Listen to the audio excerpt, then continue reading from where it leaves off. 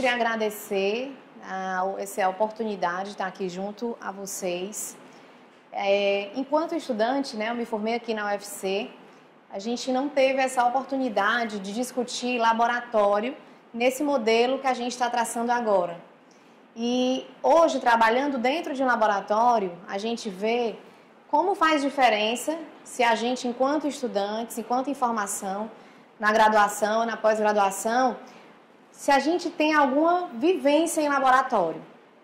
Quem trabalha em laboratório, trabalha com uma espécime muito importante, que é um sangue, que tem um dono, que é um paciente que a gente não conhece. E quem libera exame laboratorial, que é a doutora Rejane, que libera muitos exames, sabe o peso de você estar liberando um exame de uma pessoa que você não conhece. Onde você não conhece os dados clínicos, você não conhece que medicamentos ela usa, você não sabe o contexto daquela coleta, se ela está dentro de uma unidade de rua, se está dentro de um ambiente hospitalar, se está dentro de uma UTI. Então, essas nuances, né, inerentes àquele sangue que chega dentro de um laboratório, elas são extremamente importantes. E dentro de um laboratório, o grupo de bioquímicos é extremamente importante. Por isso, quando eu cheguei, eu disse, Claudinha, tem que chamar o pessoal da frente, que já estava vindo, mas é importante que eles estejam presentes, porque eles são a instância maior dentro de um laboratório. E eles detêm uma responsabilidade enorme, já que a maioria dos estudos mostram que chega a 90% das condutas médicas se basearem em resultados de exames laboratoriais. O que não está correto. Na realidade, isso é um caminho da medicina que a gente está difícil agora de voltar atrás, que é a medicina do superdiagnóstico, mas que está fazendo o médico tomar suas condutas a partir dos exames complementares, quer sejam de análises clínicas ou quer que sejam de imagem. Então, essa interface de comunicação médico-laboratório, ela é crucial e ela já está desenhada dentro de um processo laboratorial. Ela se chama de fase pós-analítica, que é quando o laboratório entrega um exame e quem recebe valida. Como é que é validar o exame? Eu peguei o exame, conheço o João, acho que eu esperaria para ele aquilo. Se o que eu recebi não era o esperado, não é demérito nenhum daquele processo. Eu deveria ligar para o laboratório e conversar com o laboratório para entender se é aquilo mesmo, se tem algum interferente ou se eu preciso de uma recoleta. Então, esse entendimento ele é crucial. Se a gente entendesse como um laboratório funciona, a gente teria mais racionalidade na solicitação dos exames e nos questionamentos que a gente faz quando recebe um exame. Os questionamentos que a gente recebe são tão inúmeros e eles refletem um desconhecimento tão grande que a gente fica sempre nutrindo um desejo de educar, não é, doutora Rejane? É assim, é tão impressionante as dúvidas que dá vontade de você fazer assim, palestras e palestras e palestras para ver se você alcança o maior número de pessoas possíveis e que um dia a gente consiga estar falando a mesma língua, que seria o ideal. Então, eu acredito que essa iniciativa seja só um começo dentro de uma grade de encontros que a gente vai ter e eu queria que vocês aproveitassem, porque realmente é uma oportunidade que a gente não tem nas grades de ensino. A gente que trabalha em laboratório utiliza os mesmos princípios do médico, eu falando como médica, que não trabalha em laboratório. Então, a gente parte do princípio que aplicará os regimes para o bem do doente, nunca para causar dano ou mal a alguém, e sempre para o bem dos doentes, mantendo-me longe de todo dano voluntário. Isso é tão importante, porque quando a gente critica um resultado laboratorial, a gente esquece que quem está liberando, se estiver tendo algum erro naquele momento, são os erros que estão fora do controle do liberador. Não são erros voluntários. E a gente trabalha com humanos. Tem um congresso de análises clínicas que acontece todo ano, esse ano vai ser em Atlanta, e nos últimos 4 anos eu tive a oportunidade de ir. Eu me sinto super confortável quando eu vejo os japoneses falarem a mesma coisa, que eles recebem muitas reclamações inúmeras, eu fico feliz, até filmo às vezes, de colegas que ligam reclamando do laboratório, que o laboratório atrasa, que o laboratório não presta, que o laboratório libera exame errado, e eles sempre pontuam isso, que quem está lá na frente do laboratório, ele prima dos mesmos princípios, né, de tentar liberar o exame adequado e que precisa dessa comunicação.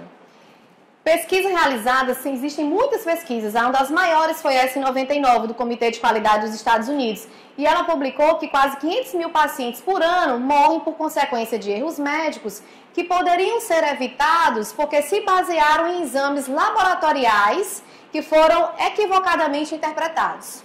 Isso é muito importante. O exame laboratorial é um exame complementar. Qualquer laboratório da cidade que você fizer o exame, vai ter lá no fim do rodapé dizendo: este exame é complementar, ele precisa ser validado pelo seu médico. Então, às vezes o paciente diz: eu vou processar o laboratório. É muito difícil o laboratório perder uma ação. Por quê? Porque ele vai sempre cair no mote de que aquele exame é complementar. E que se você está achando que aquele exame não é compatível, você compartilha da responsabilidade de estar discutindo com o laboratório. Então, isso é muito importante. E as causas desses erros é tratamentos inadequados de exames que dão informação equivocada, é fazer prevenção com base em exames que não se prestam a isso, é fazer diagnósticos com base em exames que também não eram adequados para essa circunstância. E aí a gente vem a pergunta: será que a gente sabe usar a medicina laboratorial? O Dr. Otto discutia muito isso com a gente, né? Se não sabe pedir o exame, para que ele serve, não peça. Porque aí você pede um monte de exame para os pacientes, anti-Rol, Afam, citrulina. Quando chega o resultado, o máximo de conhecimento que você tem é ver se está dentro do valor de referência. Às vezes sai um pouquinho e não tem sentido nenhum, aquilo não é nenhuma doença maior. Nem você sabe explicar para o paciente, nem encaminha, porque você segura, porque você não vai compartilhar a sua inexpertise nesse momento. Aí você gerou um problema que você não sabe resolver. Então, exame que você não sabe para que pede, isso é racionalizar. Você deixa para pedir quem sabe. Isso já é um grande conhecimento que a gente podia ficar. Então, às vezes, o tanto de aso que a gente recebe dentro de um laboratório é uma coisa absurda. Para que serve tanto aso? Para que serve? Então, assim, a gente nem sabe para que a gente pede. Então, isso é um conhecimento importante. E outra coisa, que é exame que muito atrapalha ou que muito ajuda, precisa ser repensado, né? Doutor Otto sempre dizia essa frase também. Eu acho que a gente deveria utilizar esses conceitos para a gente racionalizar nossos pedidos. Toda vida que a gente for solicitar o exame, a gente tem que lembrar quem são os nossos pacientes. Será que esse paciente é um recém-nascido? Eu acho que a pediatria não está aqui, né? Eu tenho um módulo que é só da pediatria, mas eu quis só pincelar. Será que eles são recém-nascidos, prematuros, têm baixo peso, muitíssimo baixo peso? A gente tem crianças hoje nas UTIs que a gente presta assistência de 480 gramas internadas hoje. Então, qual é o volume que eu posso retirar dessa criança? Qual é a quantidade de recoletas que eu tenho com essas crianças? É altíssima. E eu estou pedindo recoleta para essas crianças por quê? Porque eu sou um laboratório ineficiente? Eu estou pedindo recoleta porque a chance de ter um erro de coleta é altíssima. Né? Uma criança que a agulha sai, que extravasa. Então, a gente tem que ter essa noção. A gente está colhendo sangue de quem? É de um lactente? É de uma criança? É de um adolescente? É de um adulto? É de um idoso? Como é que está o estado emocional dessa coleta? Né? Se for uma mãe que segura o menino, 5 pessoas para colher um sangue, risco de hemólise alto, se tiver hormônio de estresse envolvido. Então, todas essas nuances a gente esquece de pensar. Mas isso acontece todos os dias para quem trabalha dentro de um laboratório. Existem diferenças fisiológicas, se a pessoa tem 60 anos, se ela tem 80, se ela é homem, se ela é mulher ou se ela é criança. Então, os valores de referência dos exames, que é uma deficiência de nós, porque no Brasil temos poucos estudos relacionados a isso, eles também não nos facilitam para a gente, porque a gente não tem valor de referência adequado para a nossa população, na maioria dos analíticos que a gente libera nos nossos exames. A via de acesso, o paciente está na UTI, colher sangue do acesso central sem desprezar os primeiros 5 ml, pode gerar sódio, potássio, cálcio, tudo baixo. E aí você pega esses exames todos baixos e aí você toma uma conduta inadequada. Primeiro, o laboratório deveria não ter liberado. Essa é a importância da interface. Mas se ele liberou, você ainda tem uma chance de pegar esse erro. Então, pegou um exame com os eletrólitos tudo baixo, plaqueta baixa também, leucócito, você tem que pensar se aquele exame não está hemodiluído, de onde é que ele foi colhido, tá? Alguns exames específicos têm orientações específicas. Então, se a gente pega um exame como o cortisol livre das 23 horas, cortisol salivar, e se a gente não respeitar aquele horário, eu já não posso utilizar para tomar minhas condutas. Eu tenho que respeitar as especificações dos testes. E alguns exames requerem preparos diferenciados, como as curvas endócrinas, por exemplo. Um processo analítico ele tem 3 fases essenciais. A primeira é a fase pré-analítica, onde ocorrem de 70% a 80% dos erros de laboratório. Então, toda vida que você pega um exame e diz, acho que esse exame está errado. A primeira hipótese é que quem errou, gente, não é a máquina.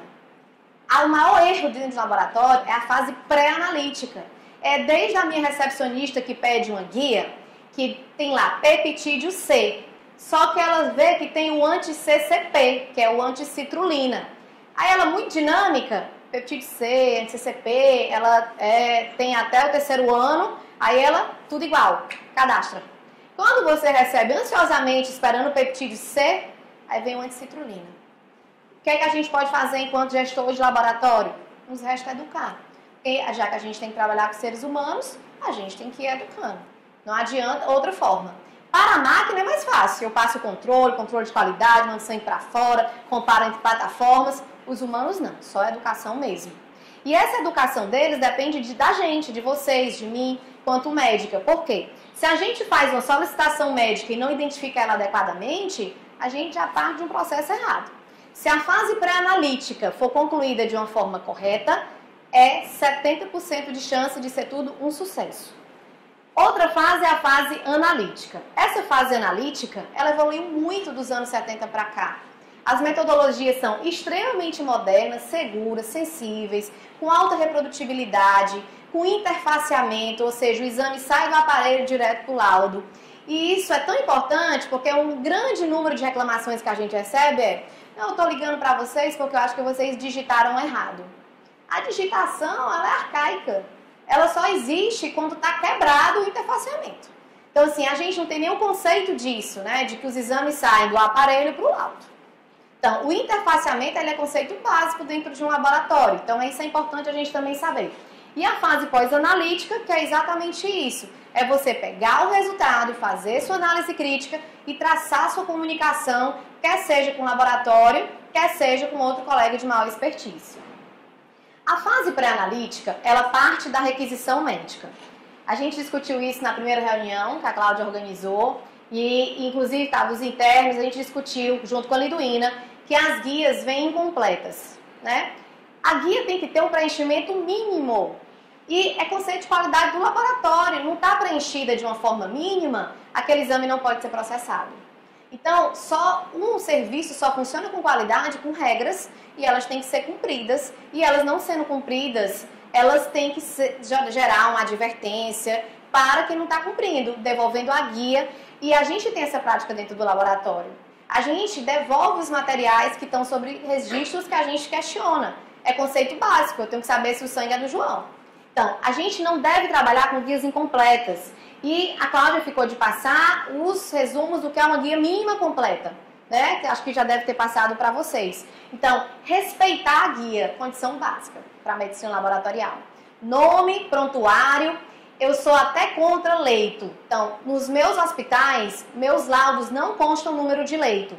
Porque nos programas de qualidade, o PELM, o PALC, eles são contra ter leito nos laudos. Por quê? Porque isso aumenta o risco do coletador não ler o nome da Maria Francisca, porque é longo, ele vê o leito 35 e colhe o leito 35, mas a zeladora de tarde fez uma limpeza e trocou os leitos. E aí o João era Maria.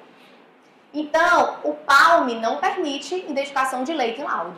Então, o leito não é a nossa identificação, né? A gente pode até pôr na nossa requisição. A identificação do paciente é nome, IRG ou CPF. Dentro de uma instituição como essa, nome e prontuário resolve a vida dele, certo?